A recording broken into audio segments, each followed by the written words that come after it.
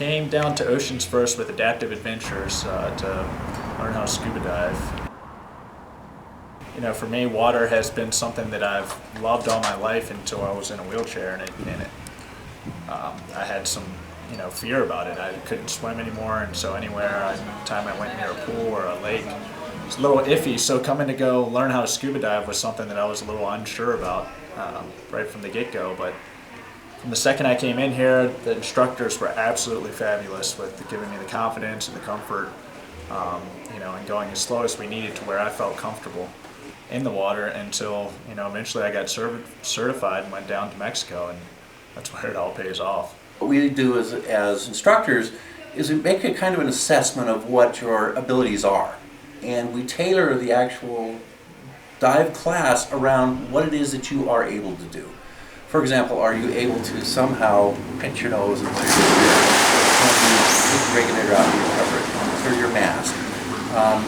We base your abilities on that, and then we start tailoring the class towards those abilities to ensure you can do the skills that match with your abilities.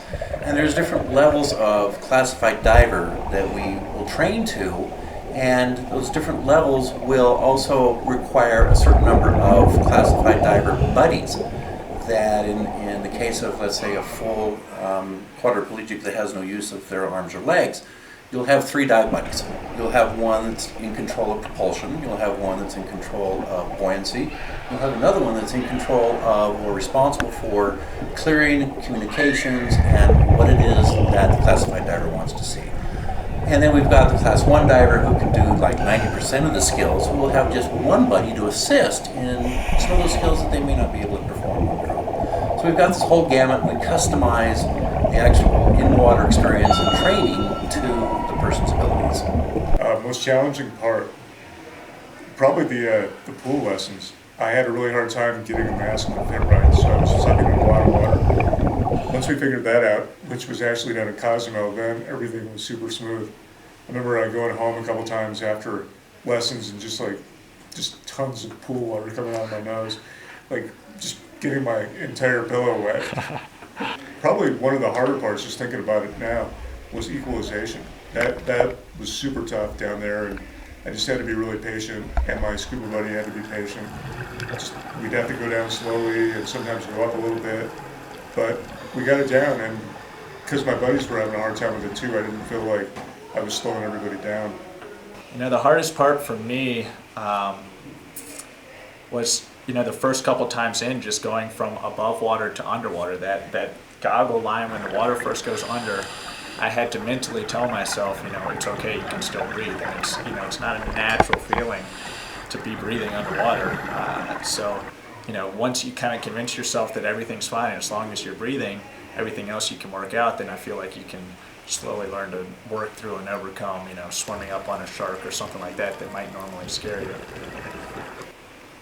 Best part was once we were actually in Mexico, of course.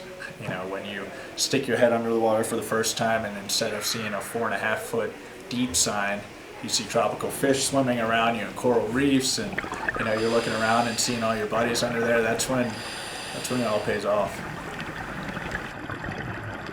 The turtles, that was probably the best part, seeing the turtles. So cool. And seeing my buddies swim around like seahorses. That was really cool too. Totally. Yeah, super fun trip, pretty magical. It was awesome. We had some great staff helping us out, volunteers, so there were plenty of people to make sure that we stayed afloat or stayed down and didn't drown. They had great people, they really knew what they were doing, so it made it real comfortable in the water, and we knew we'd be safe.